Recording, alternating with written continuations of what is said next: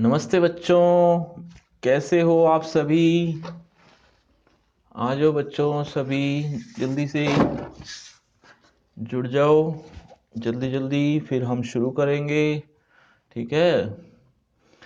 आज का जो चैप्टर है वो आपको सामने दिख ही रहा है, ये हम पढ़ने वाले हैं। उससे पहले आप ये ज़रूर देख लीजिए, ऑडियो वीडियो सब क्लियर है ना बच्चों। चलिए, और आज जो हम पढ़ने वाले हैं वो करते हैं। उससे पहले आप जितने भी जुड़ चुके हैं, जुड़ रहे हैं, उन सब का बहुत बहुत स्वागत है। आज हम नया चैप्टर शुरू कर रहे हैं, तो जितने जल्दी हो सकता है आ जाइए, फिर हम शुरू करेंगे। ठीक है। चलिए, आपको बता देता हूँ कि आज जो हम नया चैप्टर शुरू कर रहे हैं वो आपके सामने लिखा हुआ है। मतलब मैं आज आपको 11वीं कक्षा से संबंधित, अगर आप 11वीं कक्षा में हैं तो हमसे बने रहिए। अगर आप 11वीं कक्षा में हैं तो आप हमसे बने रहिए हमारे साथ, क्योंकि मैं आज हिंदी विषय में मियां नसीरुद्दीन पाठ को पढ़ने वाला हूँ। बहुत अच्छा चैप्टर है, बहुत मज़ेदार है, मज़ा आएगा आपको पढ़ने में, क्योंकि ये चैप्टर ही ऐसा है। मियां नसीरुद्दीन चैप्टर जो कृष्णा सोबती द्वारा रचित है, इसको हम आज पढ़ेंगे। तो जितने भी बच्चे जुड़ सकते हैं जल्दी से जुड़ जाइए, फिर हम शुरू करते हैं। और जब तक कुछ बात पूछनी है, कुछ बात कहनी है, तो आप मुझे कमेंट कर सकते हैं, आप मुझसे पूछ सकते हैं। ठीक है।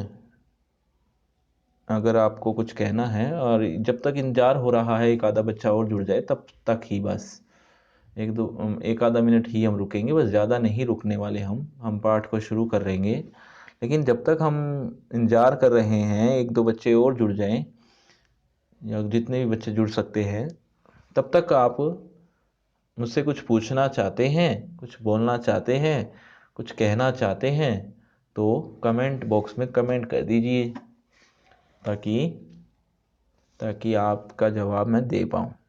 ठीक है। नहीं पूछना तो कोई बात नहीं, इसमें कोई बड़ी बात नहीं है कि ज़बरदस्ती ही है, आपको पूछना ही पड़ेगा। और जितने भी बच्चे लाइव के बाद देख रहे हैं, जितने भी बच्चे लाइव नहीं देख रहे, लाइव के बाद देख रहे हैं इस वीडियो को, तो वो भी कमेंट करते रहिएगा। कमेंट इसलिए ताकि मैं जब बाद में पढ़ूं तो आपके जवाब दे पाऊँ। तो जहाँ तक उम्मीद है, जहाँ तक मैं जानता हूँ, काफ़ी बच्चे इंटरेस्टेड हैं, तो हम शुरू करते हैं। अब हम देरी नहीं करेंगे। ठीक है। तो पाठ जो है मियां नसीरुद्दीन है, ये 11वीं कक्षा का पाठ है। 11वीं कक्षा से संबंधित एक पाठ है, मियां नसीरुद्दीन सॉरी, मियां नसीरुद्दीन पाठ 11वीं कक्षा से संबंधित है, जो कृष्णा सोबती द्वारा रचित है। इसकी जो लेखिका है, मियां नसीरुद्दीन का जो पाठ लिखा है वो कृष्णा सोबती द्वारा लिखा गया है। ये एक अच्छी लेखिका हैं, इसके द्वारा ये मियां नसीरुद्दीन पाठ को हम आज पढ़ेंगे, जो हम हर पंक्ति की सरल व्याख्या को समझेंगे। मतलब मियां नसीरुद्दीन पाठ की हर पंक्ति की सरल व्याख्या करेंगे, जिससे आपको आसानी से समझ में आ जाए। पर उसके लिए आपको ये वीडियो अंत तक देखना पड़ेगा, नहीं तो आप रह जाओगे, वरना समझ में नहीं आएगा। ठीक है। तो अब मियां नसीरुद्दीन पाठ को शुरू करने से पहले मैं आपको मेरे बारे में बता देता हूँ। मेरा नाम आशीष है, और मेरी योग्यता हिंदी विषय में एमए या स्नातकोत्तर कह दीजिए, और बीएड है। इसके साथ साथ मुझे 11 वर्षों का अनुभव भी है, अर्थात मैं 11 वर्षों से हिंदी विषय पढ़ा रहा हूँ। तो और ज़्यादातर मेरी टीचिंग 9वीं कक्षा से लेकर 12वीं कक्षा तक के विद्यार्थियों तक की हुई है। तो ये थी मेरी ब्रीफ समरी, मेरे बारे में ब्रीफ इंट्रोडक्शन। अब हम पाठ के ब्रीफ इंट्रोडक्शन करेंगे, पाठ के बारे में थोड़ा छोटे रूप में इस समरी जानेंगे, सार जानेंगे। क्यों? क्योंकि अगर आपने पाठ नहीं सुना, पाठ की समरी नहीं सुनी, पाठ की समरी को नहीं जाना, तो आपको ये पाठ समझ में कम आएगा। इसीलिए आप समरी को थोड़ा ध्यान से सुनिएगा। मैं 5-10 मिनट में इसको समरी बता देता हूँ, फिर इसके हर एक पंक्ति की लाइन को व्याख्या करते हुए हम पढ़ेंगे इसको, यानी समझेंगे। ठीक है, चलिए। तो मुख्य पात्र, पहले हम इसके बारे में जान लेते हैं। इस पूरे पाठ में मुख्य पात्र कौन कौन है? एक तो है मियां नसीरुद्दीन और एक है लेखिका। ये दो ही मुख्य पात्र हैं। इसके अलावा और जो पात्र है वो न के बराबर हैं, उनका काम नहीं है वैसे, यानी एक आधी लाइन में कोई बात आएगी, बस उसके अलावा कोई बात नहीं है। लेकिन हाँ, मुख्य रूप से जो पूरे पाठ में बने रहते हैं वो ये दोनों ही हैं, मियां नसीरुद्दीन और लेखिका। तो ये मियां नसीरुद्दीन कौन है, इसके बारे में भी हम अभी समरी शुरू कर रहा हूँ, उसमें पता चल जाएगा आपको। हुआ ये कि एक बार लेखिका यानी कृष्णा सोबती जा रही थी। कहाँ? शायद कोई काम से जा रही थी। काम से जाते जाते रास्ते में उसको एक आवाज सुनाई दी, पटापट पटापट पटापट, इस तरह की आवाज सुनाई दे रही है। आटे का जो ढेर होता है ना, आटे के ढेर की आवाज आ रही थी, पटापट पटापट, यानी रोटियां बन रही थी एक तरह की। उसको समझ में आया कि कुछ ना कुछ आटा गूंदा जा रहा है, आटा बन रहा है, या इस तरह की गतिविधि हो रही है। लेखिका ने सोचा सेवैयां बन रही हैं, कहीं ना कहीं सेवैयां बन रही हैं। सेवैयां एक तरह की डिश है, जानते होंगे, मुसलमानों की वैसे खास तौर पे होती है, पर ऐसा नहीं है कि मुसलमान ही खाते हैं। हिंदू लोगों भी इनका सेवन करते रहते हैं। डिश कौन सी, डिश में कोई धर्म या जाति नहीं होती, तो ऐसे ही। लेकिन हाँ, मुसलमान लोग थोड़ा ज़्यादा खा लेते हैं, या उनका ये फेवरेट कह सकते हो, बनाते रहते हैं वो सेवैयाँ होती हैं मीठ पतली पतली। तो हुआ ये कि लेखिका ने सोचा कि शायद सेवैयाँ बन रही हैं, तो चलिए देखते हैं क्या है, कौन बनाने वाला है, वगैरह वगैरह वगैरह। वो गई तो देखा सेवैयाँ नहीं बन रही थी, रोटियां बन रही थी। और एक दुकान थी, या यूं कह लो एक ढाबा सा था। ठीक है, रोटियां बनाते हैं वो, और रोटियां कौन बना रहे हैं? मियां नसीरुद्दीन की वो दुकान है। वो एक दुकान जो है रोटियां बनाने की, वो किसकी है? मियां नसीरुद्दीन की। मियां नसीरुद्दीन नाम है, ये नाम नसीरुद्दीन मुसलमानों के ऐसे ही नाम हुआ करते हैं। पर तो मियां नसीरुद्दीन एक चीज के लिए बहुत मशहूर हैं, जो उनका काम है। उनका काम क्या है? रोटियां बनाना। वो रोटियां बनाने के बहुत शौकीन हैं और मशहूर भी हैं। मशहूर किस वजह से हैं? कि उनका ये खानदानी पेशा है। खानदानी पेशा मतलब उनके दादा भी यही काम करते रहे हैं, रोटियां बनाने का। उनके पिता भी यही काम करते रहे हैं, और उनके परदादा और न जाने कितनी पीढ़ी से वो रोटियों का ही काम इनका चल रहा है। तो इसीलिए इनको कहेंगे खानदानी काम चल रहा है, इनका खानदानी पेशा है, खानदानी रोजगार है ये। और मियां नसीरुद्दीन भी इसी तरह से अपना दुकान चला रहे हैं, बाप दादा ने जैसे चलाई। और उसके बाप दादा तो शायद राजा महाराजा के भी यहाँ काम किया करते थे, ऐसा मियां नसीरुद्दीन बताते हैं। तो हुआ ये कि मियां नसीरुद्दीन जो अलग अलग प्रकार की रोटियां बना लेते हैं, या रोटियां बनाने की जो कला है जिसके पास, उसको कहते हैं नानबाई। अलग अलग प्रकार की रोटियां बनाने वाले को नानबाई कहते हैं। नानबाई, रोटियां बनाने की कला जो होती है ना अलग अलग प्रकार की, और ये मियां नसीरुद्दीन एक नानबाई ही हैं। इनको 56 किस्म की रोटियां बनाना आता है। 56 अलग अलग तरह की रोटियां वो बना लेते हैं, 56 तरह की। कम कम नहीं होती, आप लोगों ने भी खाई भी होगी तो शायद 2 तरीके की, 4 तरीके की, 10 तरीके की खा ली होगी, लेकिन 56 किस्म की रोटियां बनाने का इल्म इनको पता है। ठीक है, यानी इनको आता है 56 किस्म की रोटियां बनाना। किसको? मियाँ नसीरुद्दीन को। लेखिका को ये बात पता चली कि ऐसी ऐसी मशहूर हैं कुछ, कई तरह की रोटियां भी बना लेते हैं नसीरुद्दीन, और भी न जाने कई चीज़ें उनको पता चली कि, तो लेखिका ने सोचा क्यों ना इनसे इनका इंटरव्यू ही लिया जाए। इंटरव्यू लेकर हम नोट कर लेंगे ताकि कुछ अपनी रचना कर पाएँ। और वो कर भी लिया, अपनी रचना की उन्होंने। तो इंटरव्यू लिया, इंटरव्यू लेते लेते लेते लेते कुछ प्रश्न पूछे लेखिका ने। और वो नसीरुद्दीन जो हैं, नसीरुद्दीन ने कभी भी आज तक जितने भी उसके साथ क्वेश्चन पूछे लेखिका ने, आज तक कह रहा हूँ, जब वो गई थी तब उसने, लेखिका ने जितने भी प्रश्न पूछे उसका एक भी जवाब सीधा सा नहीं दिया, डायरेक्ट नहीं दिया, घुमा फिरा कर गोल मोल करके बात कहते हैं, घुमा फिरा कर। इस तरह से ये इंटरेस्टिंग आदमी है मियाँ नसीरुद्दीन, बड़े इंटरेस्ट के साथ उस कहानी को बताते हैं या जवाब देते हैं, डायरेक्ट नहीं बताते। तो लेखिका खुश भी थी, थोड़ी दुखी भी थी कि वो डायरेक्ट आंसर नहीं दे रहे जो मैं पूछ रही हूँ।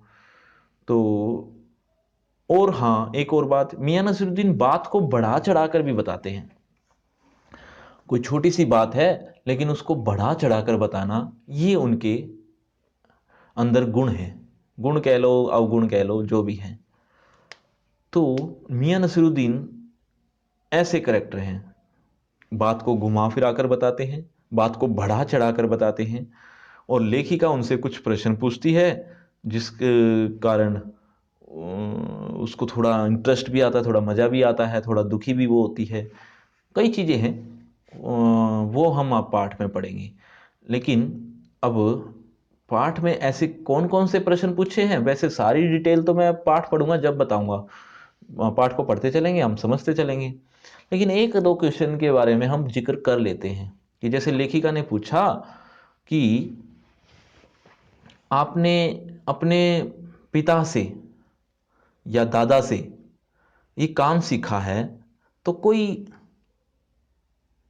खास तरह की टिप तो दी होगी, टिप्स तो दिए होंगे भी, इस तरह से बनानी है, इस तरह से। तो वो क्या कहा था ऐसा? तो मियाँ नसीरुद्दीन तो बड़े घुमा फिरा कर बात कहने वाले, कि उन्होंने कहा कि कभी भी नसीहत या टिप्स या सलाह से रोटियां नहीं बनती। रोटियां या ये जो काम आया है ना, ये काम करने से आता है, काम सुनने से नहीं, कि कोई मुझे सुनाएगा, नसीहत देगा तो मुझे आ जाएगा। काम तो करने से आता है। 2 तरह की पढ़ाई बताई उन्होंने। 2 तरह की पढ़ाई कैसी? कि एक तो होती है कि बच्चा जाता है क्लास में, फर्स्ट क्लास में, वहाँ वो अपना सिलेबस पढ़ता है, फिर वो सेकंड में हो जाता है। यानी यूँ कह सकते हो कि बच्चा, टीचर कहता है कि बोल आ ई A B C D E F, और इसी तरह से 1 2 3 4 मैथ्स, इंग्लिश, साइंस, जो जो भी उसके सब्जेक्ट्स हैं, हिंदी, मैथ्स और इंग्लिश, तो ये जो सब्जेक्ट्स हैं वो उनको सिखाता है, एक टीचर सिखाता है एक बच्चों को। और धीरे धीरे वो बोलता जाता है और वो सीखता चला जाता है, लिखता चला जाता है। फर्स्ट से सेकंड में हो जाता है, सेकंड से थर्ड में हो जाता है, मतलब धीरे धीरे वो सीख जाता है और इस तरह से उसकी उन्नति हो जाती है, वो उसकी प्रोग्रेस हो जाती है, वो बहुत कुछ सीख जाता है। तो ऐसी पढ़ाई भी होती है, ऐसे भी सीखा जा सकता है। और एक दूसरी तरीके की पढ़ाई होती है। तो वो दूसरी तरीके की पढ़ाई थोड़ी अजीब बताई उसने, कि फॉर एग्जाम्पल मान लो वो बच्चा न तो फर्स्ट क्लास में गया, ना सेकंड में गया, सीधा थर्ड क्लास में बैठ गया। अभी उसको कुछ नहीं आता, सीधा थर्ड क्लास में आ गया तो बाकी के 2 क्लासेस का क्या हुआ? मतलब क्या डायरेक्ट कोई तीसरी क्लास में पहुंच सकता है? तो लेखिका ने कहा नहीं, नहीं पहुंच सकता। तो हमने भी ऐसे ही पढ़ाई की है। पहले हमने छोटे से काम से शुरू किया। पहले भट्टी में आंच देना सीखा, फिर आटा गूंदना सीखा, फिर बेलना सीखा, फिर रोटी बनानी सीखी। इस तरह से आया है। मतलब छोटे से छोटा काम किया और फिर धीरे धीरे धीरे धीरे बढ़ते चले गए। तो ऐसे आता है काम। तो इस तरह से वो गोल मोल करके बढ़ा चढ़ाकर घुमा फिराकर जवाब देते हैं। ये हैं वो नसीरुद्दीन जिनके लेखिका मिलकर आई है और कुछ बता रही है पाठ में। एक आधा उदाहरण और देता हूं, फिर हम पढ़ते हैं। एक आधा उदाहरण और भी है इसमें। जैसे लेखिका पूछती है कि आपके बाप दादा ने जो पहले के राजा महाराजा हुआ करते थे वहां तो काम किया ही होगा। तो उन्होंने बताया, खुद ही बता दिया था कि हमारे जो परदादा थे या कोई हमारे पूर्वज थे वो राजा महाराजा के यहाँ काम करते थे। तो लेखिका ने पूछा, उसको थोड़ा शक सा हुआ कि ये बात को बढ़ा चढ़ा कर बता रहा है, अतिशयोक्ति कर रहा है।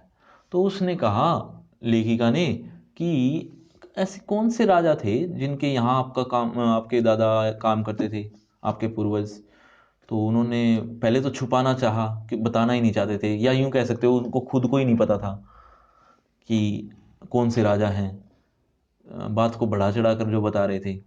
फिर उन्होंने क्या किया, फिर उन्होंने जब बार बार उनसे पूछा लेखिका ने, तो एंड में उन्होंने बताया कि बादशाह सलामत के यहाँ काम करते थे।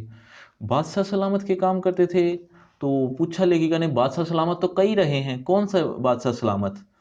तो मियां नसीरुद्दीन को थोड़ा गुस्सा सा आ गया।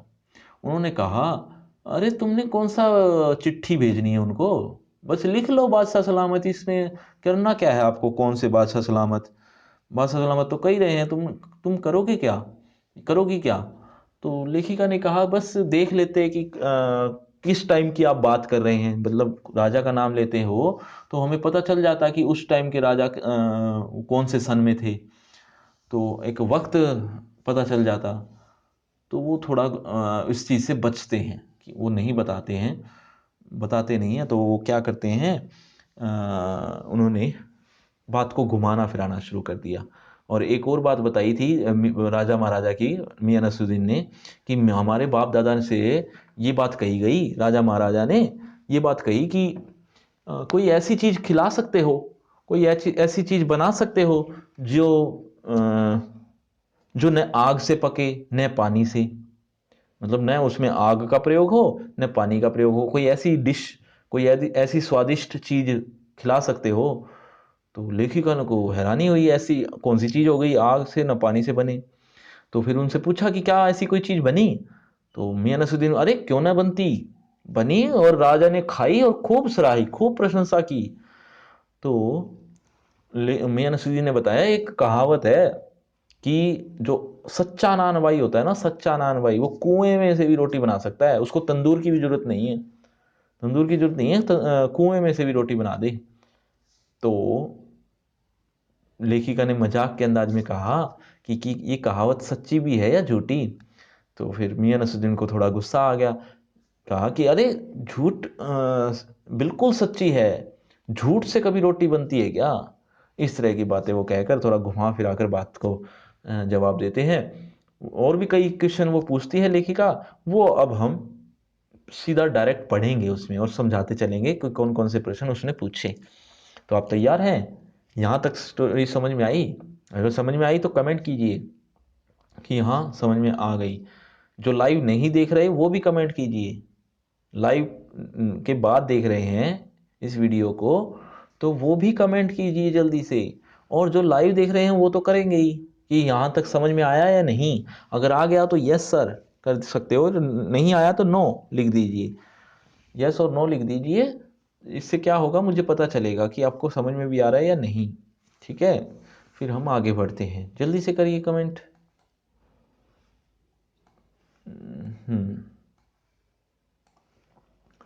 चलिए करें शुरू।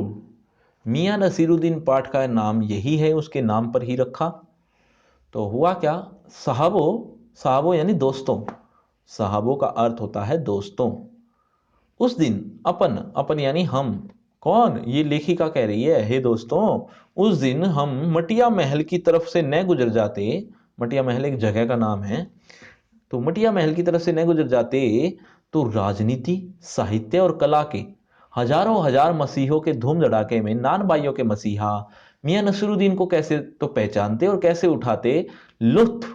लुत्फ यानी मजा, उनकी मसीह अंदाज का। मतलब क्या है इस लाइन का जो अभी हमने पढ़ी, उसको सुन लो। अगर हम वहां से नहीं गुजरते तो हम तो राजनीति साहित्य और कला के कलाकारों से ही मिलते रहते हैं। मतलब जो राजनीति से संबंधित हैं लोग, जो साहित्य से संबंधित हैं और जो कला से संबंधित हैं, ऐसे लोगों से ही हम मिलते हैं जो इन चीजों के राजनीति, साहित्य और कला के हजारों हजार मसीहा हैं। मसीहा यानी भगवान हैं।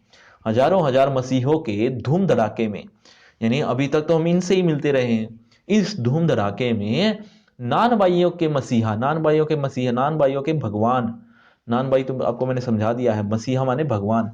नान भाइयों के मसीहा मियां नसीरुद्दीन को कैसे तो पहचानते, कैसे तो जान पाते और कैसे लुत्फ उठाते।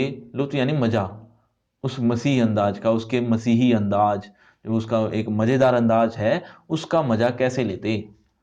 तो अगर हम वहां से गुजरने जाते तो ये था पहला पैराग्राफ। मतलब वो बता रही है कि हम अगर वहां से नहीं गए होते तो हमारा क्या होता। फिर तो हम वो चीजें देख ही नहीं पाते, मियां नसीरुद्दीन को जान ही नहीं पाते। तो हुआ यह है कि हम एक दोपहरी यानी दोपहर को जामा मस्जिद के आड़े पड़े मटिया महल के गड़ैया मोहल्ले की ओर निकल गए। ये सब जगह का नाम है। मस्जिद में आड़ा पड़े मटिया महल है। मटिया महल के गड़ैया वाले मोहल्ले में एक मटिया महल है, जिसकी ओर वे निकल गए कौन? लेखिका निकल गई। एक निहायत यानी अत्यधिक मात्रा में या अत्यधिक मामूली छोटा सा अंधेरी सी दुकान पर पटापट आटे का ढेर सनते देख ठिठके। पटापट आटे का ढेर इकट्ठा हो रहा हो, पटापट ये होती है ना, आवाज आती है जैसे ढेर सनता है। ढेर सनना माने मिलाना, आटे के ढेर को मिलाना, सनते माने मिलाना। तो सनते यानी मिलाते हुए देखकर ठिठके यानी रुक गए। सोचा सेवैया की तैयारियां होगी, मतलब सोच रही थी लेखिका कि सेवैयों की तैयारियां हो रही होंगी, सेवैयां बन रही हैं। पर पूछने पर मालूम हुआ कि खानदानी नानबाई मियां नसीरुद्दीन की दुकान पर खड़े हैं। जब पूछा तो पता चला कि हम तो नानबाई मियां नसीरुद्दीन की दुकान पर आए हैं। और अब आगे क्या हुआ देखो। मियां मशहूर हैं 56 किस्म की रोटियां बनाने के लिए। मियां मशहूर हैं किस बात के लिए? 56 किस्म की रोटियां बनाने के लिए, यानी अलग अलग तरह की वो रोटियां बनाने का हुनर प्राप्त है उन्हें। समझ में आया? अगर यहां तक समझ में आ गया है तो बच्चों यस जरूर कर दीजिए कि हाँ समझ में आ गया है, और अगर नहीं आया तो नो कर दीजिए। और जितने भी बच्चे बाद में जुड़े हैं उन सब के लिए एक ही बात कहूंगा कि वीडियो को शुरू से देखना, अदरवाइज समझ में नहीं आएगा। ठीक है, तो वीडियो को शुरू से देखते रहिए। और हाँ, मैं ये कह रहा था कि वीडियो शुरू से देखते रहिए तो आपको समझ में आ जाएगा। चलिए अब आगे क्या हुआ देखो, सुनो समझो। हमने जो अंदर झांका तो पाया मियाँ चारपाई पर बैठे बीड़ी का मजा ले रहे हैं। हमने जब अंदर झांक कर देखा कि कौन है, तो देखा तो पाया कि मियाँ चारपाई पर बैठे हुए हैं और बीड़ी का मजा ले रहे हैं, बीड़ी पी रहे हैं, है ना। अब आगे क्या हुआ? मौसमों की मार से पका चेहरा। अच्छा, वो अब मियां नसीरुद्दीन का जो चेहरा है या वेशभूषा है वो कैसी थी? लेखिका ने तो पहली बार देखा, तो वो कैसी थी? मौसमों की मार से पका चेहरा था। मौसमों की मार से पका हुआ चेहरा था। मौसमों की मार मतलब बहुत से मौसम देख चुके थे, अर्थात वो बूढ़े हो चुके थे, यानी उम्र उनकी थोड़ी ज्यादा हो गई थी। आंखों में काइयां थी, आंखों में डार्क सर्कल जैसे आ जाते हैं, काइयां, काइयां मतलब डार्क सर्कल, काइयां थी, भोलापन था। और पेशानी होते हैं आईब्रोज, ये जो आईब्रोज हैं, आईब्रो पेशानी होते हैं, पेशानी पर, या भौहें के कह देते हैं इसको, भौहें, बोहे पर मंजे हुए कारीगर के तेवर थे। मंजे हुए यानी हम उस काम को बहुत अच्छी तरीके से जानते हैं, ऐसे कारीगर के तेवर थे। तेवर माने एक तरह का दिखावा करना। दिखावा तो एक अलग चीज हो गई। तेवर का मतलब अपनी अंदर की वस्तु को प्रकट करना, वो भी नखरों के साथ। ठीक है, क्योंकि उनको ये चीज अच्छी तरह आती है, इस वजह से आया ये तेवर, इस वजह से आए हैं। हमें ग्राहक समझ, गाहक मतलब ग्राहक, कस्टमर, हमें गाहक समझ मियाँ ने नजर उठाई। फरमाइए, मतलब क्या, बोलिए क्या चाहिए, ऐसा उन्होंने कहा। झिझक से कहा, लेखिका ने झिझक से कहा, आपसे कुछ एक सवाल पूछने थे, अगर आपको वक्त हो तो मतलब वो अब उससे कुछ प्रश्न पूछना चाहती है, एक तरह का इंटरव्यू चाहती है, इसीलिए उसने ऐसा कहा कि अब आपसे हम एक दो सवाल पूछना चाहते हैं, अगर आप जवाब दे दे तो आगे क्या हुआ देखिए। मियां नसीरुद्दीन ने पंचहजारी अंदाज में सिर हिलाया। अभी पंचहजारी क्या है? पंचहजारी का मतलब है 5,000 का सैनिक पहले हुआ करते थे, राजा महाराजा हुआ करते थे तब, तो बहुत बड़ी सेना हुआ करती थी उनके पास। तो उनका, उन सेना का सेनापति बना दिया जाता था, मतलब एक हेड बना दिया जाता था सेनापति, जिसको सेनापति के नाम से जानते थे। तो सेनापति यानी हेड के अंडर कितने सेना है ये डिपेंड करता था। तो किसी के अंडर सेना है 5,000, तो वो होता था पंचहजारी। ठीक है, वो पंचहजारी अंदाज में सिर हिलाया। मतलब क्या है कि जिस सेनापति के पास 5,000 सैनिक हैं, इसका मतलब वो एक तरह का राजा ही हो गया वो भी खुद। तो उसने पंचहजारी अंदाज में सिर हिलाया, जैसे उसके पास पता नहीं कितना कुछ हो, इस तरह से सिर हिलाया। निकाल लेंगे वक्त थोड़ा, पर यह तो कहिए आपको पूछना क्या है। अब उसने इजाजत दे दी, जब लेखिका ने इजाजत मांगी कि क्या मैं आपसे प्रश्न पूछ सकती हूँ, तो उसने कहा कि चलो निकाल लेंगे थोड़ा वक्त, इजाजत दे दी उसने कि पूछिए क्या पूछना चाहते हो। लेकिन उसको थोड़ा शक सा हुआ मियां नसीरुद्दीन की, कहीं तुम अखबार बनाने वाले बेचने वाले तो नहीं हो, मतलब अखबार वाले तो नहीं हो, क्योंकि अखबार बनाने वाले और बेचने वाले को हम निठल्ला ही समझते हैं। निठल्ला मतलब बेकार, जिनको कोई काम नहीं है। मियां नसीरुद्दीन सोचते हैं कि अखबार बनाने वाले और बेचने वाले सब निठल्ले हैं, कोई काम नहीं है, ये बस इधर उधर की बातें लिखते रहते हैं, पढ़ते रहते हैं। तो और हाँ, काम करने वाले आदमी के को अखबार से कोई रिलेट ही नहीं होता, यानी रिलेशन ही नहीं होता। तो ऐसा कुछ उसने जवाब दिया। देखो, फिर घूर कर देखा और जोड़ा, मतलब अभी तक तो इजाजत दी थी कि आपको पूछना क्या है, मियां नसरुद्दीन ने कहा। और फिर मियां नसरुद्दीन ने घूर कर देखा और अपनी तरफ से जोड़ा, यानी एक कल्पना की कि मियां कहीं अखबार नवीस तो नहीं हो। अखबार नवीस यानी अखबार को बनाने वाले, अखबार को, अखबार में लिखने वाले, तो अखबार नवीस तो नहीं हो। यह तो खोजियों की खुराफात है। ये तो खोजियों, खोजियों माने खोजने वाले, और खुराफात माने शरारत। ये तो खोजने वालों की शरारत ही है। हम तो मतलब वो ऐसी इस तरह की शरारत करते ही रहते हैं कि कोई ना कोई किसी को ढूंढ लेते हैं और उससे प्रश्न पर प्रश्न पूछते रहते हैं। तो हम तो अखबार बनाने वाले और अखबार पढ़ने वाले दोनों को, दोनों को, इस चित्र पर हम बाद में आते हैं, दोनों को ही निठल्ला समझते हैं। हाँ, कामकाजी आदमी को इससे क्या काम है, जो काम करने वाले आदमी है उसको इससे चीजों से क्या लेना देना। किस चीजों से? अखबार बनाने वाले और अखबार बेचने वालों से या पढ़ने वालों से। देखो आगे। खैर, आपने यहां तक आने की तकलीफ उठाई ही है तो पूछिए क्या पूछना चाहते हैं। पर नसरुद्दीन ने भी यही बात कह दी कि चलो अब इतनी दूर आए हैं, आप पूछने, चाहे कोई भी हो, अखबार नवीस ही क्यों ना हो, तो आपने इतनी तकलीफ उठाई है तो आ गए हो तो पूछ लीजिए क्या पूछना चाहते हो। तो उसने पूछना शुरू भी किया लेखिका ने, लेकिन उससे पहले आपको मैं ये दुकान दिखा देता हूँ। इस तरह की दुकान है, ये है मियां नसीरुद्दीन। ये मियां नसीरुद्दीन है। ये उनका एक तरह का तंदूर सा है, और ये भट्टी है जहाँ आग जल रही है। शायद ये पंखा भी रखा हुआ है ताकि हवा जाकर उसको, आग को और बढ़ा दे। ये उसका शामियाना है। शामियाना मतलब एक तरह का टेंट, या ऊपर छाया छाया करने के लिए। और ये बेंच है शायद, इस तरह की दुकान है। ठीक है, ये इसकी एक दुकान है।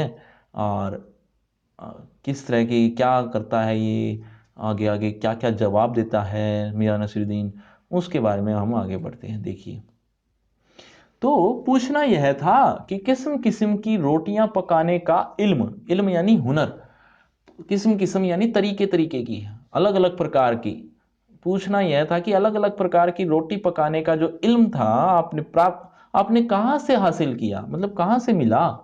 तब उसने डायरेक्ट नहीं जवाब दिया, घुमा फिरा कर जवाब दिया। देखो क्या कहता है वो कहता है कि जो बता रहा है ना वो मैं पहले समझा देता हूं, अदरवाइज समझ में नहीं आएगा, ठीक है। तो उस लेखिका ने जब पूछा कि अलग अलग प्रकार की रोटियां कहां से सीखी बनानी, तो उसने जो जवाब दिया वो ये कहा कि कमाल करते हो, कैसा प्रश्न पूछ लिया आपने। मतलब हम कोई आ, हम कोई घर से निकले थे पेशा अख्तियार करने, यानी खोज करने कि हम क्या काम करेंगे क्या काम करेंगे। हम घर से थोड़ी निकले थे कि हमें क्या मिलेगा, क्या कहाँ से मिलेगा, क्या करना है, हमारा जीवन क्या होगा, हम कैसे कमाएं धमाएंगे वगैरह वगैरह। हम कोई घर से थोड़ी निकले, हमें तो घर में ही हमारे ये पेशा था बहुत पहले से ही, यानी बाप दादा का। तो हम तो कोई बाहर तो निकले नहीं किसी खोजबीन के लिए कि रोजगार मिल जाए, हमारा तो घर का ही रोजगार है। तो हम तो यहीं पर ही पले बड़े हैं, यहीं पर ही हमारा रोजगार था। और उसने पूछा कि जब उसने पूछा कि ये कहाँ किससे सीखा है, तो उसने इस बात का भी जवाब अलग अलग दिया, अलग अलग तरह से कि अब इसका जो इल्म प्राप्त हुआ है, इसका जो हुनर प्राप्त हुआ है, इसका रोटियां बनाने का, रोटियां बनाने का जो इल्म प्राप्त हुआ है, तरीका प्राप्त हुआ है, वो जो तरीका है, वो जो तरीका है, जो इल्म है अलग अलग प्रकार का, वो कोई ऐसे ही थोड़ी किसी से आ गया है। मतलब मैं, अगर मुझे रोटियां बनाना सीखना है तो मैं कोई तेल बेचने वाले के पास जाऊंगा, तेल की फैक्ट्री में जाऊंगा अगर मुझे रोटियां बनानी है तो, या जो कपड़े सीलते हैं उनके पास जाऊंगा, या जो पेंटिंग करते हैं उनके पास मैं रोटियां बनाने सीखने जाऊंगा। मैंने रोटियां सीखी तो अपने ऐसे व्यक्ति से जिसको रोटियां बनानी आती थी, यानी बाप दादा से, यानी हमारे घर में ही था वो। तो ऐसे इस तरह से वो घुमा फिरा कर जवाब देते हैं। देखिए, तो लेखिका ने पूछा कि अलग अलग प्रकार की रोटियों का इल्म कहां से प्राप्त किया। तो मियां नसीरुद्दीन ने आंखों के कंचे हम पर फेर दिए। आंखों के कंचे, ये अंदर का जो आंखें का एक गोल है ना, उसको कंचे कहा है।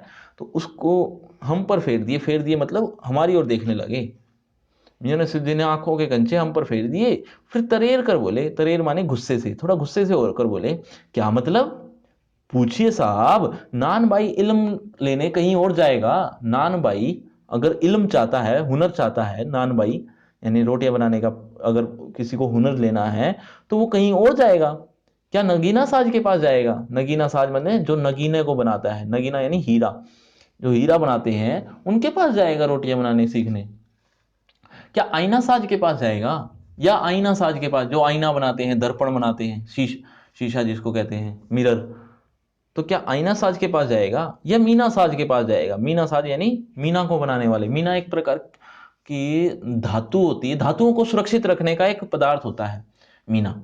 धातु को सुरक्षित रखने का एक पदार्थ होता है, धातुओं को सुरक्षित रखने का एक प्रकार होता है मीना। तो वो क्या मीना साज के पास जाएगा, मीना को बनाने वाले, या रफूगर के पास जाएगा। रफूगर मतलब जो कपड़े को रफू करते हैं, सीलते हैं, ठीक करते हैं। तो क्या रफूगर के पास जाएगा या रंगरेज के पास जाएगा। रंगरेज माने रंग रोगन करने वाले। अगर उसको नान बाई का इल्म चाहिए तो वो इन लोगों के पास जाएगा, या फिर तेली तंबोली से सीखने जाएगा, जो तेल बेचते हैं, ऐसे लोगों के पास जाएगा। क्या फरमा दिया साहब, मतलब क्या फरमा रहे हो। यह तो हमारा खानदानी पेशा ठहरा, ये तो हमारा खानदानी पेशा है। खानदानी पेशा मतलब हमारे बाप दादा भी यही काम करते थे और पूर्वज भी यही काम करते थे। हाँ, इल्म की बात पूछिए तो जो कुछ भी सीखा, मतलब अगर इल्म की बात बताऊं कि जो कुछ भी सीखा है, इल्म यानी ये हुनर, कला, ये जो सीखी है अपने वालिद उस्ताद से ही सीखी है। अपने वालिद, वालिद माने पिता, फादर, अपने फादर, वालिद, पिता एक ही बात है। तो अपने वालिद उस्ताद, जो मेरे उस्ताद ही थे, उस्ताद मतलब जो सिखाते थे, कोच थे इस चीज में। मतलब यह है कि हम घर से न निकले कि कोई पेशा अख्तियार करेंगे, हम कोई घर से थोड़ी निकले थे जो पेशा अख्तियार करेंगे। अख्तियार माने खोजबीन, खोजबीन करेंगे। जो जो बाप दादा का हुनर था वही उनसे पाया, जो बाप दादा का हुनर था वही उनसे प्राप्त हुआ है। और वालिद मरहूम के उठ जाने पर आ बैठे उन्हीं के ठैये पर। जो बाप दादा का हुनर था वही उनसे पाया है, मतलब उनके पास ये हुनर था नान भाइयों का, और उनसे ये हुनर पा लिया। और वालिद मरहूम के, वालिद माने पिता, पिता के मरहूम के, मरहूम यानी चले जाना, चले जाना कहाँ का चले जाना, भगवान के पास, यानी मर जाना। मर जाने के बाद बैठ गए उन्हीं के ठैये पर। ठिये माने ठैया, ठैया मतलब स्थान, उसी के स्थान पर, उन्हीं के स्थान पर आकर बैठ गए। तो ये उन्होंने जवाब दिया, देखा कितना घुमा फिरा कर जवाब दिया। तो इस तरह के नान भाई बड़े इंटरेस्टिंग आदमी हैं, एक बात को डायरेक्ट नहीं कहते, घुमा फिरा कर बात को बताते हैं। और भी ऐसी कई बातें हैं, सिर्फ यही बातें नहीं हैं, बहुत अच्छी अच्छी बातें और भी हैं, देखते जाइए, सुनते जाइए। आपके वालिद, लेखिका ने पूछा आपके वालिद मतलब कौन है, आपके वालिद मतलब आपके पिता कौन है, आप नाम नाम पूछना चाह रही थी शायद लेखिका। तो आगे, मियां नसीरुद्दीन की आंखें लम्हा भर को किसी भट्टी में गुम हो गई। लम्हा भर, लम्हा भर किसी भट्टी में गुम हो गई, गुम हो गई मतलब वो लगातार एक भट्टी में देख रहे थे और वो सोच रहे थे कुछ ना कुछ इस तरह से। और आंखें खोलकर एक भट्टी में लगे हुए हैं और सोच रहे हैं कि क्या वो क्या सोच रहे हैं, ये तो खैर लेखिका को भी क्या पता उसके मन की बातें। तो लम्हा भर आंख भट्टी में गुम हो गई, लगा गहरी सोच में है, लेखिका को लगा कि गहरी सोच में पड़ गए। फिर सिर हिलाया, सिर हिलाते हुए क्या कहा, क्या आंखों के आगे चेहरा जिंदा हो गया, आंखों के आगे उनका चेहरा जिंदा हो गया। किसका, वालिद का, वालिद यानी फादर, पिता, उनकी आंखों के सामने एक चेहरा जिंदा हो गया था। चेहरा मतलब उनकी यादें याद आने लगी। हाँ, हमारे वालिद साहिब मशहूर थे, बड़े मशहूर थे, नाम था मियाँ बरकत शाही नान बाई। नान बाई तो उनका काम ही है। मियाँ नान बरकत शाही नान बाई गड़ैया वाले के नाम से बहुत मशहूर थे वो। इनका पूरा नाम जो जिससे वो मशहूर थे वो ये था, मियाँ बरकत शाही नान बाई गड़ैया वाले, इस नाम से वो मशहूर थे। मियाँ बरकत शाही तो उनका नाम हो गया और नान बाई उनका काम हो गया। गड़ैया वाले वो एक मोहल्ले का नाम था जो पहले मैंने बताया था। तो गड़ैया वाले के नाम से बहुत मशहूर थे। और उनके वालिद, किनके वालिद, यानी वालिद के वालिद यानी दादा, और उनके वालिद यानी कि हमारे दादा साहिब थे, उनका नाम भी बता दिया उन्होंने, आला नानबाई मियाँ कल्लन। मियाँ कल्लन तो उनका नाम हो गया, नानबाई उनका पेशा हो गया। आला माने श्रेष्ठ, श्रेष्ठ, जैसे हम लोग सर लगा देते हैं आगे, sir Don Bradman, son sir master blaster Sachin Tendulkar, इस तरह से सर जो इज्जत में दिया जाता है, वैसे वो आला कहते हैं। आला माने श्रेष्ठ, सर की उपाधि जैसे दी जाती है इस तरह से आला भी। आला नानबाई मियाँ कल्लन, इस नाम से उनके दादा का नाम था, वो बड़े मशहूर थे। समझ में आया बच्चों, यहाँ तक मैंने पढ़ा है, यहाँ तक समझ में आया तो जल्दी से कमेंट कीजिए, जल्दी से, फिर हम आगे बात करें।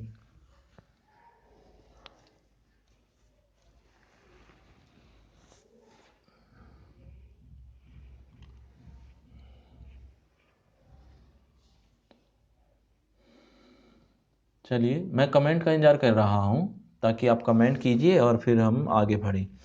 और जो बच्चे लाइव नहीं देख रहे, बार बार बोल चुका हूँ, वो भी कमेंट कीजिए ताकि मुझे भी पता चले कि आपको समझ में आ रहा है या नहीं। यहाँ तक समझ में आ गया तो यस कर दीजिए, यस, और अगर नहीं आया तो नो कर दीजिए, नहीं आया समझ। और जो बच्चे बीच से देख रहे हैं, बीच से देख रहे हैं, बाद में आए हैं वीडियो में, उन सबको बता देता हूं कि आपको बीच से नहीं देखना चाहिए, आपको शुरू से इस वीडियो को देखना चाहिए ताकि ताकि ताकि आपको ये पाठ अच्छे से समझ में आए। अदरवाइज पाठ समझ में नहीं आएगा ऑब्वियसली, इसीलिए कह रहा हूँ, बीच से कभी भी समझ में नहीं आया करता। तो आप इस वीडियो को यहीं से अगर आप देखना चाह रहे थे या थोड़ी देर बाद जुड़े हैं तो आप शुरू से वीडियो को ले जाइए और फिर से देखिए इस वीडियो को, फिर आपको ये पाठ अच्छे से समझ में आएगा। ठीक है, चलिए आगे बढ़ जाते हैं। ठीक है, are you ready or no? Are you ready guys or no? चलिए बढ़ जाते हैं हम आगे भी। ठीक है, तो आपको इन दोनों में से किसी की भी कोई नसीहत याद है? मतलब लेखिका ने पूछा आप इन दोनों, किन दोनों, वालिद और वालिद के वालिद, यानी बाप और दादा, ये दोनों में से किसी की भी नसीहत याद है?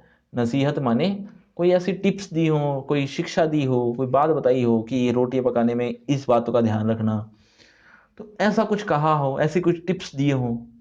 तो उसने जो जवाब दिया वो मैं हालांकि बता चुका हूं आपको, लेकिन आप पढ़ और लेते हैं क्योंकि वो बड़ा गोल मोल करके जवाब देते हैं। नसीहत काहे की मियाँ, काम करने से आता है, नसीहतों से नहीं आता। नसीहत किस चीज की? काम तो करने से आएगा, नसीहतों से थोड़ी आ जाता है काम। हाँ, समझ में आया? मतलब ऐसा कुछ कहा उन्होंने, नसीहत काहे की मियाँ, काम करने से आता है, नसीहतों से नहीं। हाँ, तो लेखिका ने कहा बजा फरमाया है। यह तो बजा फरमाया है मतलब ठीक फरमाया, ठीक फरमाया है, ठीक कहा है। तो आपने ठीक कहा है, पर यह तो बताइए ही बताइए कि जब आप हमने भट्टी की ओर इशारा किया, मतलब इशारा करते हुए कहा जब आप इस काम में लगे, काम पर लगे, तो वालिद साहब ने सीख के तौर पर कुछ तो कहा होगा। मतलब वालिद, जब भी आपने इस काम को शुरू किया तो आपके वालिद ने सीख के तौर पर, सीख माने टिप्स के लिए, कि आपको इन इन बातों का ध्यान रखना है, ऐसा कुछ तो कहा होगा आपके पिता ने, ऐसा कहा लेखिका ने मियां नसरुद्दीन से। जवाब क्या मिला देखो, नसीरुद्दीन साहिब ने जल्दी जल्दी दो तीन कश खींचे, जल्दी जल्दी दो तीन कश खींचे, मतलब बीड़ी को पिया, खींचा, और फिर गला साफ किया, गला साफ किया, और बड़े अंदाज से बोले, वो कुछ कहना चाहते हैं लेखिका से, इसीलिए वो जल्दी जल्दी बीड़ी को पीकर अपना गला साफ करते हुए इस तरह से इस तरह से साफ करते हुए वो क्या बोलते हैं, अगर आपको, तो वो क्या बोलते हैं, वो जवाब सुनो, अगर आपको कुछ कहलवाना ही है तो बता ही दिए देते हैं, अगर आपको कुछ फिर भी कहलवाना ही है हमसे तो बता देते हैं क्या। जब जानो, अब आप जानो, जब बच्चा उस्ताद के यहाँ पढ़ने बैठता है, उस्ताद यानी टीचर, टीचर के यहाँ पढ़ने बैठता है, तो उस्ताद कहता है कह अलिफ, बच्चा कहता है अलिफ, कह बे, बच्चा कहता है बे, कह जीम, बच्चा कहता है जीम, इस तरह के शब्द बोलता है। अब ये अलिफ बे और जीम क्या है? अलिफ बे और जीम क्या है? ये हैं फारसी अक्षर, फारसी अल्फ़ाबेट्स कह सकते हो। जैसे हम ए बी सी पढ़ते हैं, एक दो तीन सीखते हैं, अ आ ई ई सीखते हैं, उस तरह से फारसी लोग, फारसी शिक्षा इनसे शुरू होती है, अलिफ बे जीम, इन चीज़ों से। ये एक तरह के अल्फ़ाबेट ही हैं, ठीक है, लिपि है, एक तरह की लिपि, लिखने का ढंग है, अलिफ बे जीम। तो उन्होंने उसका उदाहरण दिया, तो इसको एक तरह से ये मान लो कि ए बी सी ही है। तो बच्चा, अगर टीचर कहता है कि कह ए, तो वो ए कह देता है, और कोई कहता है बी, बी सी डी, इस तरह से बोलता जाता है। और फिर क्या होता है बच्चे के साथ, बच्चा इस बीच उस्ताद जोर का एक हाथ सिर पर धरता है, सिर पर हाथ धरता है यानी आशीर्वाद देता है, और शागिर्द, शागिर्द माने स्टूडेंट या बच्चा, चुपचाप परवान करता है, चुपचाप उन्नति की तरफ बढ़ता चला जाता है। मतलब जैसे जैसे बच्चा, जैसे जैसे टीचर सिखा रहे हैं वैसे वैसे बच्चा बोलता है, तो वो आशीर्वाद मिलता है उसको, बच्चे को, और वो बच्चा चुपचाप परवान की ओर बढ़ता है, परवान यानी उन्नति करता है। समझे साहिब? मतलब समझ में आया? एक तो पढ़ाई ऐसी, और दूसरी दूसरी की बात भी करता है वो, लेकिन एक पढ़ाई तो उसने बता दी कि एक पढ़ाई तो ऐसी होती है, जैसे जैसे बच्चा, टीचर बोलता है वैसे वैसे बच्चा भी बोलता रहता है। तो एक तो पढ़ाई होती है ऐसी, पर एक और पढ़ाई की भी बात करते हैं। कौन कौन करते हैं? सॉरी, नसीरुद्दीन। परंतु होता क्या है, पर सुन लीजिए, क्योंकि अभी आपको मैं जो बता रहा हूँ उसको सुनना जरूरी है, कि एक तो पढ़ाई होगी ऐसी जैसा उसने अभी तक हमने पढ़ा, लेकिन बीच में ही कोई बात छोड़कर कोई आदमी आ जाता है, उनसे बातचीत करने लग जाते हैं मियां नसीरुद्दीन। जो दूसरी पढ़ाई बताने से पहले एक आदमी आ जाता है, और बाहर से, दुकान के बाहर से, और उससे बातचीत करने लग जाते हैं। और बातचीत में सिर्फ यही कहते हैं वो, कि अरे तुम सुबह नहीं आए। कोई आदमी है जो रोज़ रोटी लेने आता है उनसे, लेकिन आज सुबह नहीं आया होगा, तो उनसे पूछ रहे हैं मियां नसीरुद्दीन की सुबह नहीं आए। तो वो थोड़ा जल्दी में थे, वो आदमी थोड़ा जल्दी में थे, वो बता नहीं पाए मियां नसीरुद्दीन की कि हम क्यों नहीं आए सुबह। तो वो जाते जाते ये बस यही बोल के गए कि अभी लौट के आएंगे ना तो बताएंगे कि हम सुबह क्यों नहीं आए, मतलब अभी हम थोड़े जल्दी में हैं, तब हम हमारा काम हो जाएगा, हम लौट कर आराम से फुर्सत में आपके पास आएंगे तो हमको बताएंगे कि सुबह क्यों नहीं आए। फिर लेखिका वो चला गया। अब लेखिका पूछ रही है कि आप दूसरी पढ़ाई के बारे में बता रहे थे कुछ, ऐसा उसने बताया।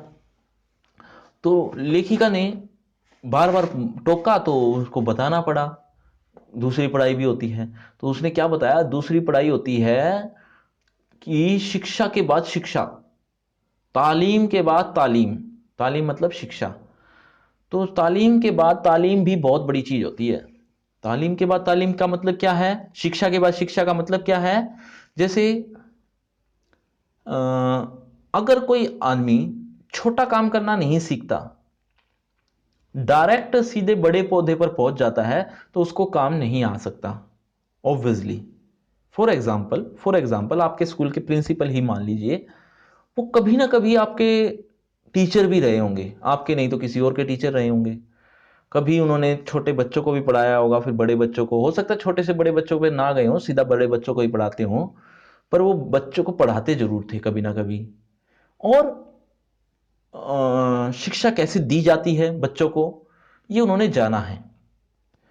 और बताऊं आगे, तो वो धीरे धीरे उन्होंने उनको एक समझ में आया कि किस तरह से पढ़ाया जाता है, और उनके ऊपर भी कोई कोई प्रिंसिपल रहा होगा कभी ना कभी, उनसे वो काम सीखा प्रिंसिपल का कि प्रिंसिपल का क्या काम होता है। प्रिंसिपल का काम सीखने के बाद उनको लगा कि मुझे भी इस पोस्ट पर काम करना चाहिए, तो वो प्रिंसिपल बन गए, आज आपके वो प्रिंसिपल होंगे। तो ये स्थिति उनके साथ हो चुकी होगी, मतलब उन्होंने पहले छोटा वाला काम सीखा, फिर वो धीरे धीरे धीरे बढ़ते बढ़ते बढ़ते उनको एक्सपीरियंस होता चला गया, तो वो एक अच्छे पोस्ट पर पहुंच गए, यानी बड़ी पोस्ट पर पहुंच गए। तो ये होता है शिक्षा के बाद शिक्षा। पहले थोड़ी छोटी शिक्षा ली, फिर उससे बड़ी, फिर उससे बड़ी, फिर उससे बड़ी, और धीरे धीरे वो उन्नति की तरफ बढ़ते हैं फिर, या प्रोग्रेस करते हैं। तो पहले वो शिक्षा ग्रहण करते हैं छोटी, फिर बड़ी शिक्षा लेते हैं। ठीक है, तो ऐसा ही कुछ नसीरुद्दीन बता रहे हैं कि पहले हमने छोटी शिक्षा ली, मतलब जो मैंने एग्जांपल दिया प्रिंसिपल का, वो नसीरुद्दीन ने तो एग्जांपल नहीं दिया, ये तो मैंने आपको समझाने के लिए कहा है। तो पहले उन्होंने छोटी शिक्षा ली। कौन सी शिक्षा, कि पहले तो लिया उन्होंने ये शिक्षा कि भट्टी में आंच कैसे दी जाती है, और उससे पहले तो बर्तन मांजने सीखे।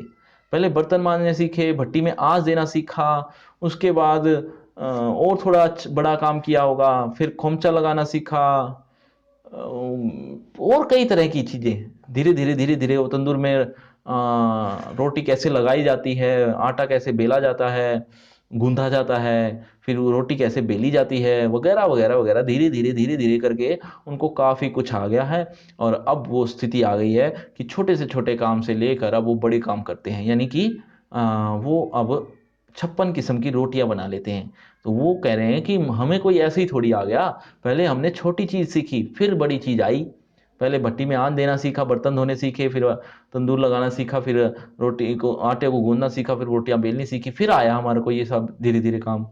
तो ये थी दूसरी पढ़ाई, यानी तालीम के बाद तालीम, वही बहुत बड़ी चीज होती है। तालीम माने शिक्षा, शिक्षा के बाद शिक्षा का होना भी बहुत बड़ी बात है, ऐसा वो कहते हैं। ये थी दूसरी पढ़ाई जो आपने सुन ली, अब हम पढ़ेंगे, ठीक है। बात बीच में छोड़कर सामने से गुजरते हुए, अच्छा मैं यहां से पढ़ रहा था कि इस बीच उस्ताद जोर का एक हाथ सिर पर धरता है, यानी उसको आशीर्वाद देता है, और शागिर्द यानी स्टूडेंट चुपचाप परवान करता है, यानी उन्नति की तरफ बढ़ जाता है।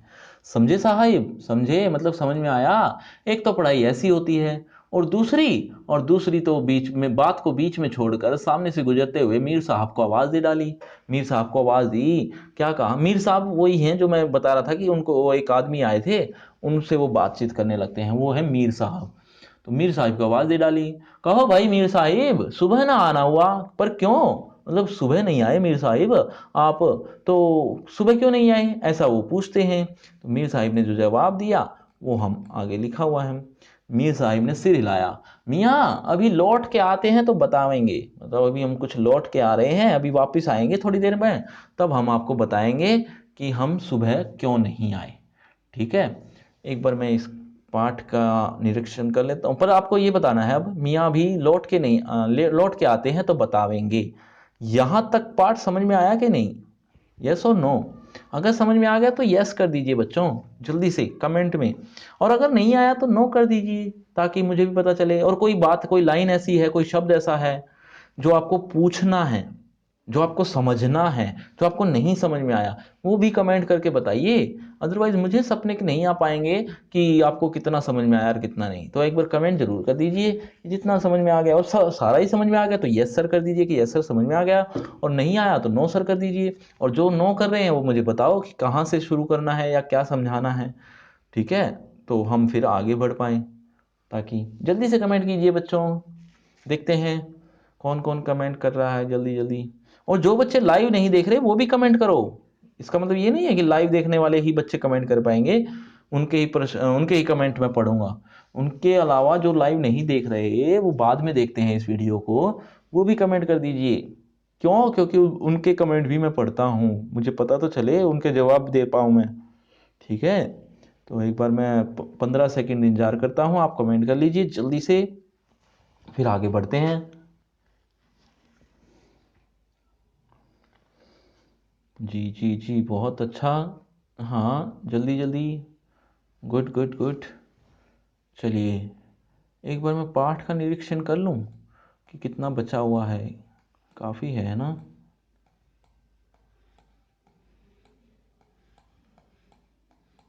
अभी काफ़ी है बच्चे। ठीक है, पर ये हो जाएगा। आज तो नहीं हो पाएगा बच्चों, पर जैसा मैं देख पा रहा हूँ, आप भी देख पा रहे हैं कि हम अभी तक यहाँ तक पढ़ पाए हैं, है ना? दूसरी पा ना, यहाँ तक, सिर्फ यहीं तक ही पढ़ पाए हैं हम। और हम इतना ही रखते हैं क्योंकि एक दिन में पूरा कर पाना थोड़ा मुश्किल है। बहुत छोटा पार्ट तो नहीं है, लेकिन बड़ा भी नहीं है, इतना इतना बड़ा भी नहीं है। हम 2 हिस्सों में इसको कर लेंगे, शायद कल तक इसको पूरा कर लेंगे। जहाँ तक मैं देख पाया, इसको 2 हिस्सों में कर पाएंगे। पर आपको क्या लगता है, अभी आज ही पढ़ना है सारा पाठ या कल पढ़ें? क्योंकि मेरी मेरा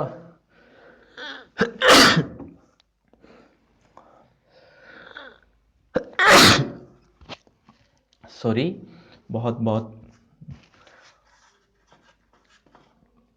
जी हाँ, मैं बात कर रहा था कि आप लोग क्या सोचते हैं कि हमें ये जो बच गया पाठ मैंने अभी आपको दिखाया, ये पाठ अभी और पढ़ना चाहिए, हमें इसको ख़त्म करना चाहिए या कल पढ़ना है?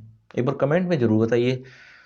क्यों? और जहाँ तक मेरा विचार है कि ये एक दिन में पाठ पूरा होने वाला नहीं था, ये 2 दिन में कर लेंगे, दूसरा दिन शायद लग जाएगा। यानी आज हम पढ़ चुके हैं, फर्स्ट पार्ट इसको मान लेते हैं, इसको पहला पार्ट मान लेते हैं, भाग 1, मियाँ नसीरुद्दीन का ये भाग 1 मान लेते हैं।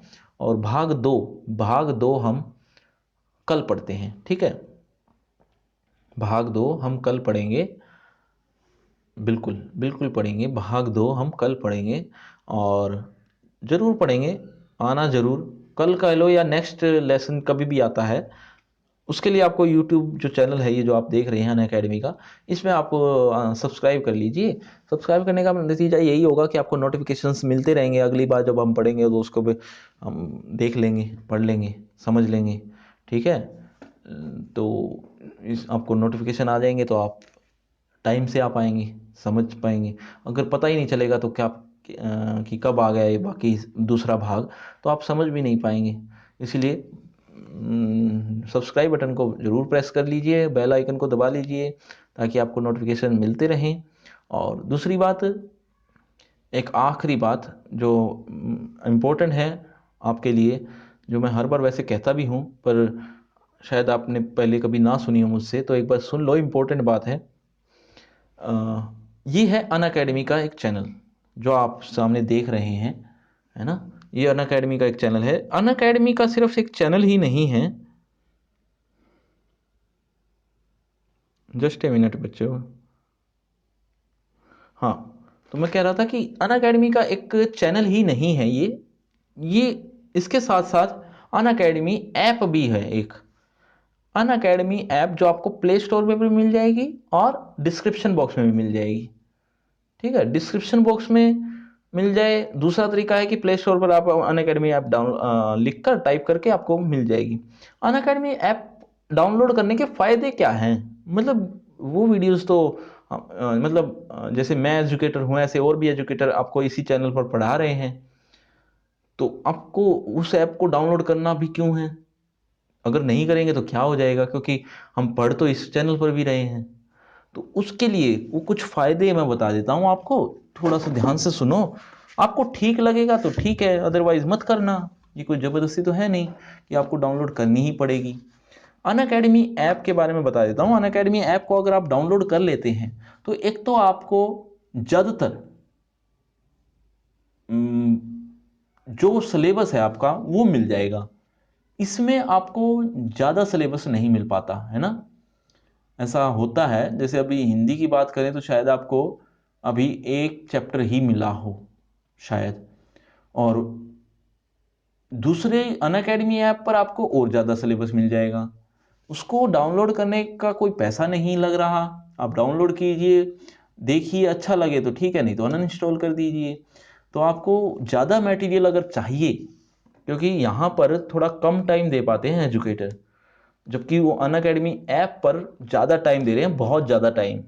यहाँ तो यूं कह लो 100% का 2%, 3%, 4% या 5% ही दे पाते हैं बस। अनअकैडमी के जो एजुकेटर हैं वो इस चैनल पर ज़्यादा टाइम के लिए नहीं दे सकते, उनके पास इतना समय नहीं है। जो अच्छे आपको एजुकेटर जिनसे आपको पढ़ना पसंद है वो आपको अनअकैडमी ऐप पर मिल जाएंगे, और वहाँ पर वहाँ पर आप जो मन चाहे जितना भी चाहे आप सिलेबस पढ़ सकते हैं, क्योंकि बहुत सा सिलेबस वहाँ अवेलेबल हो चुका है और बहुत कुछ होने वाला है। तो धीरे धीरे बहुत कुछ हो जाएगा। इसके लिए आपको अपडेट रहना है, और अपडेट रहने के लिए आपको अनअकैडमी ऐप की आवश्यकता पड़ेगी।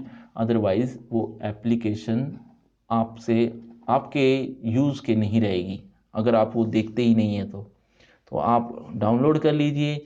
डाउनलोड करने के दो तरीके मैं बता चुका हूं, एक तो डिस्क्रिप्शन बॉक्स में आपको लिंक मिल जाएगा, दूसरा तरीका आप प्ले स्टोर पर चले जाइए। प्ले स्टोर पर जाने के बाद आपको अनअकैडमी ऐप लिखना है, आपको ऊपर ही ऊपर अनअकैडमी ऐप एप्लीकेशन मिल जाएगी, उसको आप इंस्टॉल कर दीजिए।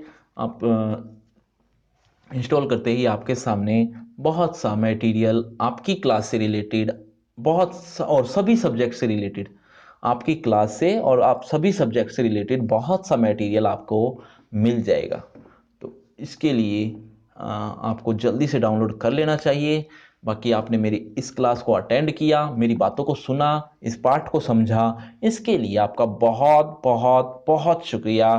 Thank you very much. इससे आगे का जो पार्ट है, इससे आगे का वो हम नेक्स्ट क्लास में पढ़ेंगे। ठीक है, नेक्स्ट क्लास कब होगी उसके लिए सब्सक्राइब बटन प्रेस कर लीजिए ताकि आपको नोटिफिकेशंस मिलते रहें। तो आप अब हमें दीजिए इजाज़त। शुक्रिया आपका, बहुत बहुत धन्यवाद। आपने इस इस क्लास को इतना महत्व दिया, इसके लिए आपका बहुत बहुत शुक्रिया। Thank you very much. Bye बच्चों, नमस्कार। Bye bye everybody. बाय, शुक्रिया, थैंक यू। ओके बच्चों, ओके, बाय बच्चों।